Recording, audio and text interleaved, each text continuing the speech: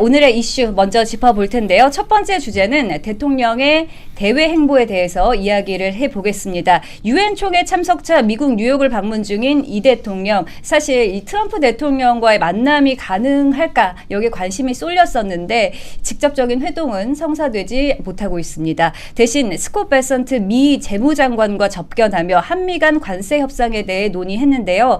이 자리에서 이재명 대통령은 3,500억 달러 규모의 대미 투자 패키지 협상과 관련해 한국은 경제 규모와 외환 시장 인프라 등에서 일본과 다르다라고 강조를 했습니다.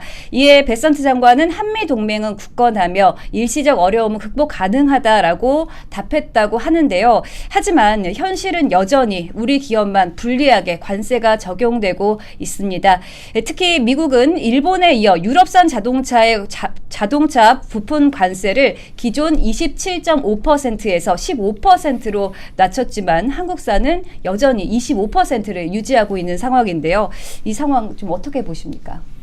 먼저 지금 그 두 가지로 좀 봐야 될 것 같은데, 첫 번째는 지금 스콧 베선트의 발언 자체는 그냥 굉장히 형식적이고 그 진심이 담겨 있지 않다라고 봐야지 맞을 것 같아요. 네. 왜냐하면 지금 이재명이 외교 무대에 나가 있는 상황이거든요. 근데 그 외교 무대에 나가 있는 상황에서 김민석 총리 같은 경우가 지금 명확하게 통화 수합이나 지금 비자 문제가 개선 없이는 우리가 3,500억 달러 투자하지 못한다 이러고 있거든요. 관세 협상 되지 않을 것이다라고 하고 있어요. 이거 지금 굉장히 외교적 결례인데, 이거는 지금 이재명의 오다가 없이는 할 수 없는 말이다. 지금 대통령이라는 직위에 있는 자가 외교 무대에 가 있는데 그 밑에 있는 총리가 이거를 깽판 치는 것 같은 발언을 하는 것은 지금 이건 이재명과의 사정 교감 없이는 절대 나올 수 없는 말이다라고 보고 있고, 이 말인즉슨 지금 이재명 정권은 미국과 끝까지 나를 세워보겠다라고 지금 방향을 잡은 것 같고요. 그럼 미국 역시도 지금 뭐 베센터 같은 경우가 이렇게 발언은 했지만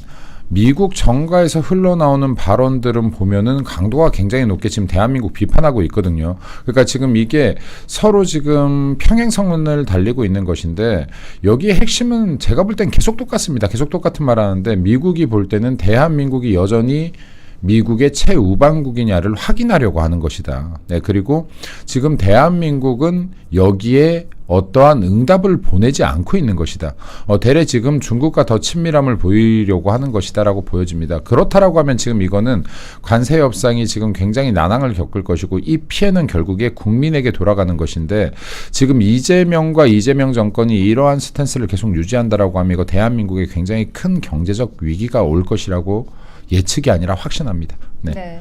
경제적 위기가 올 것이다, 이렇게 걱정스러운 말씀을 해주셨는데요. 네네. 왜냐하면 이게 관세가 지금 대한민국 같은 경우는 지금 이 무역 수출에 의한 의존도가 굉장히 높은 나라잖아요. 근데 지금 그 중에서도 미국과 중국에 대한 의존도가 실제 40%가 넘는 상황에서 대미 무역을 지금 포기하겠다라는 말뿐이 안 돼요, 이게. 그럼 지금 우리가 관세가 25%가 된다라고 하면 지금 타국들이 15%인데 이거 자동차 사업 망하라는 소리랑 똑같거든요. 근데 이걸 지금 어떻게 이념적이나 신념적인 정치 성향에 의해서 이걸 버틴다라고 하면, 국익이나 국민을 생각하지 않고 끝까지 버텨보겠다라고 하면 우리에게는 버틸 이런 경제적 능력도 없고 국력도 안 된다, 미국에. 결국에는 이거 무릎 꿇게 될 것인데, 이 기간을 길게 가져간다라고 한다 그러면 이거는 대한민국에 분명히 큰 타격으로 돌아온다라고 봅니다. 네, 네. 빨리 협상을 네. 마무리 지어야 할 것 같습니다. 네. 아까 전에 말씀해 주셨듯이 김민석 국무총리가 그 블룸버그와의 인터뷰에서 네. 한 그 발언들 좀 짚어보면은 비자 문제가 해결될 때까지 미국 투자는 불확실성에 놓일 수밖에 없다라고 말을 했습니다. 사실 이게 또 처음 속보에서는 비자 문제 해결 전까지 미국 투자 안 한다라고 나왔다가 갑자기 수정되는 네. 일이 있었는데요.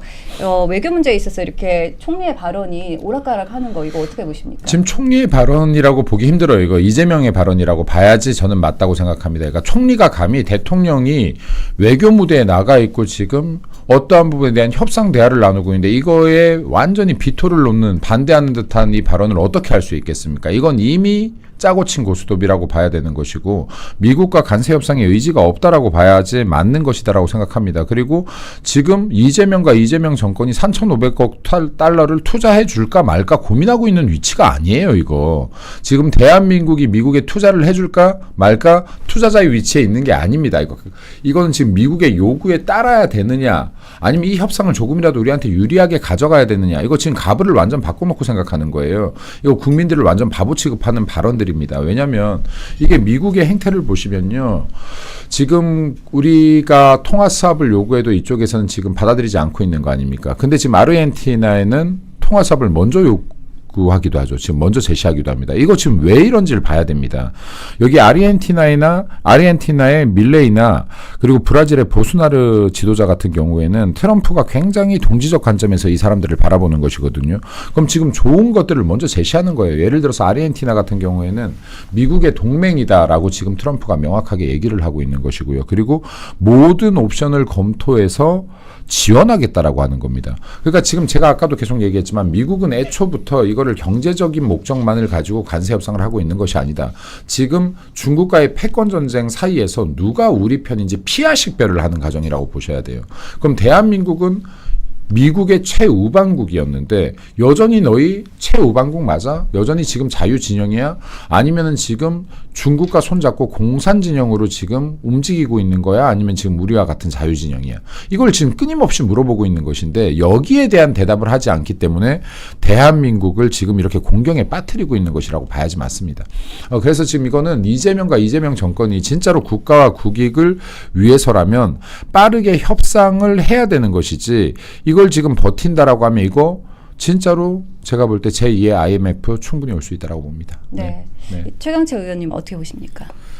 지금 이재명 대통령께서 3박 5일간의 다자 외교 무대에 가셨어요.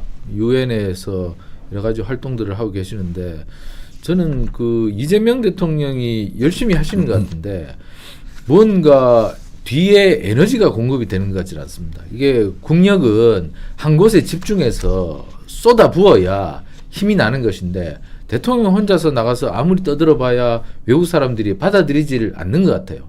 그러니까 국내에서 강한 에너지를 모아서 대통령에게 힘을 모아줘야 대통령께서 미국에 가서 트럼프한테도 한마디 할 수 있고 그리고 미국 조야의 외교관들에게도 한마디 할 수 있는데 지금 국내에 뭐 예를 들어 더불어민주당 같은 경우는 대통령이 외교에서 뭐 어떤 활동을 하는지 별로 관심이 없는 것 같아요.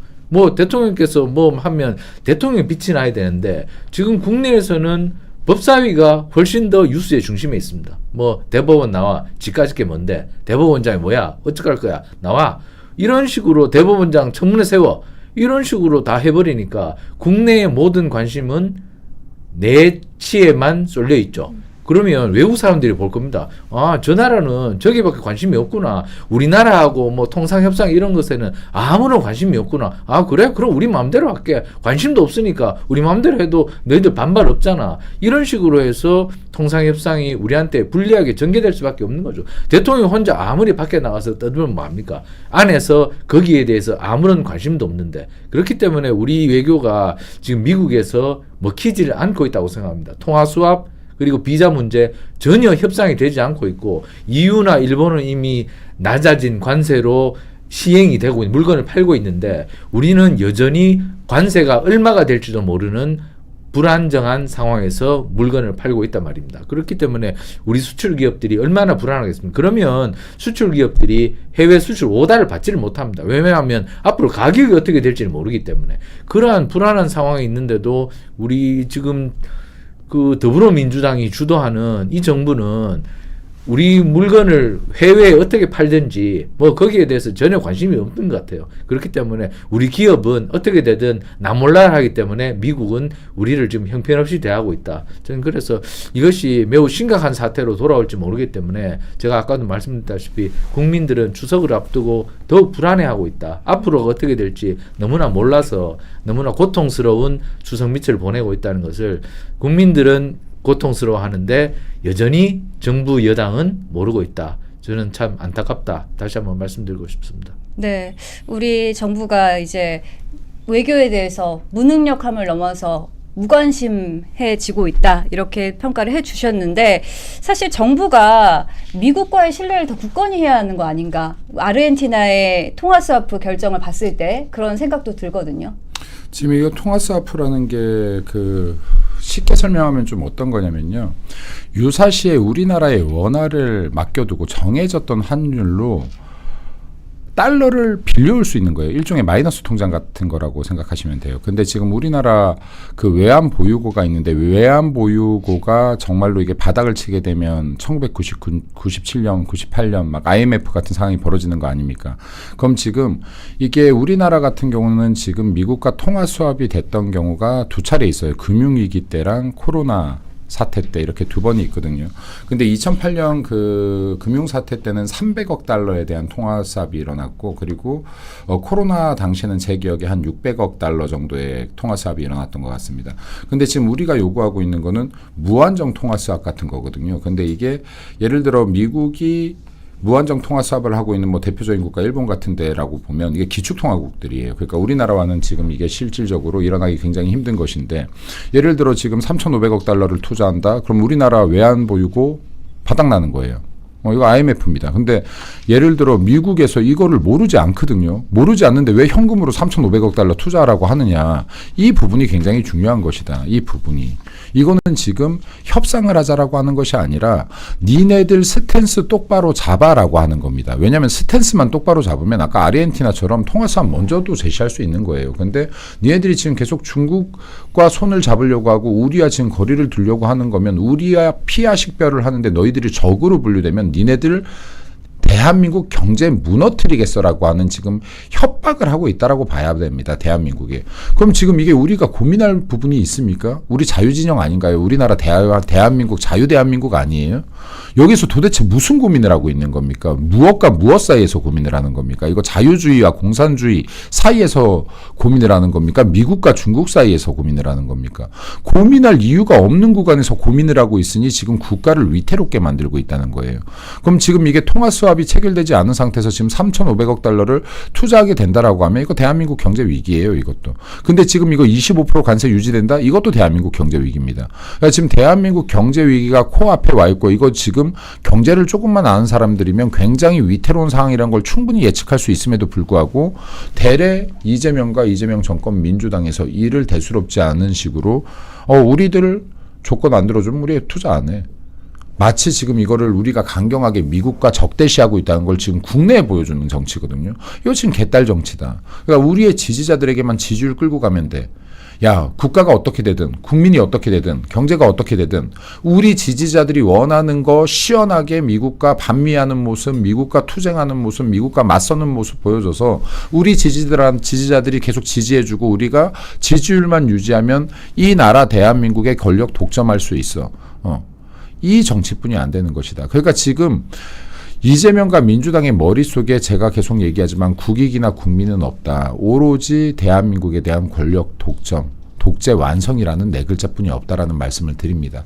그래서 지금 이 부분에 대해서 계속해서 지금 우리가 국민들께 이 상황의 위험을 알려야 되고 이 위험을 국민들이 제대로 인지하셨을 때 여론이 뒤집힐 수 있을 것이다라는 말씀도 좀 드리고 싶습니다. 네. 위험합니다. 굉장히 위험합니다. 네, 말씀처럼 이제 반미 노선을 탔나 이런 생각이 들 정도로 미국과의 접촉이 없는데요. 이번 유엔 총회에서 벌어졌던 좀 황당한 상황도 좀 짚어보도록 하겠습니다. 사실 외교 무대에서 이 영부인의 역할도 굉장히 중요한데요. 그런데 여기 황당한 사진이 하나 포착이 됐습니다.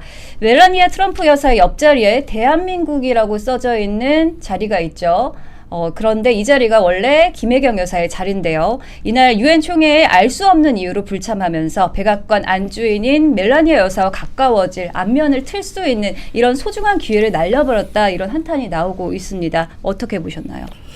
저도 이 청와대 출입할 때 보면 다자외교 무대에 가면 행사가 엄청나게 많고 그리고 그 사실 일정이 굉장히 복잡합니다. 그리고 다자외교 무대는 많은 정상들이 모이고 관련 수행원들이 많이 모이기 때문에 장소에 접근하는 게 사실 좀 어렵기도 합니다. 왜냐하면 어떤 때는 막 교통이 막히기도 하고 그래서 돌발 상황이 많긴 한데 어쨌거나 그런 여러 가지 상황을 감안을 하더라도 이번 저 사진은 매우 아쉬운 상황이 아니었나. 뭐 저 멜라니아 여사가 아니라 뭐 좀 죄송합니다만 뭐 아프리카 정상에 뭐 옆자리였다면 우리 경각심을 좀 덜 불러 일으켰을지 모르겠지만 우리와 동맹국인 그리고 세계에서 가장 강한 나라인 미국의 대통령 영부인 옆에 앉을 수 있는 기회가 잘 오는 것은 아니거든요. 정말 이건 천재 일우의 기회인데 물론 김혜경 여사께서 저 시간에 뭐 초밥 드시러 가시거나 뭐 사적인 행사를 뭐 가시진 않았겠죠.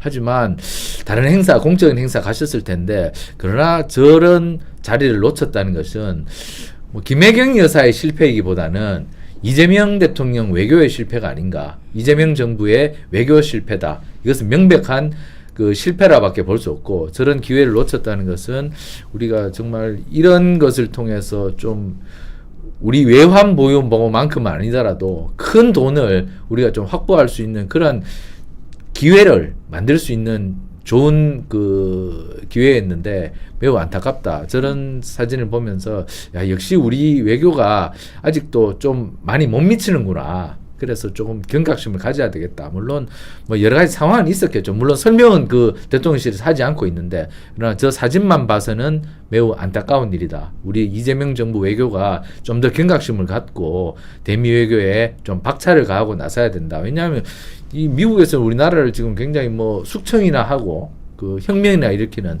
그런 나라로 좀 인식되고 있는 경향이기 때문에 그런 것을 좀 불식시키기 위함이라도 좀 더 열심히 뛰어야 되는데 이번에는 저런 사진만 보더라도 열심히 뛴 흔적이 굉장히 모자란다. 좀 아쉽고 좀 분발해야 되겠습니다. 네. 제가 또 궁금한 게 있는데 알고서 안 갈 걸까요? 아니면 몰라서 못 간 걸까요? 모를 수가 없다고 생각해요. 그러니까 지금 이게 뭐 우리의 뭐 이재명 정부 입장에서는 몰랐다라는 의견도 있는 것 같은데 이거 모를 수가 있나요?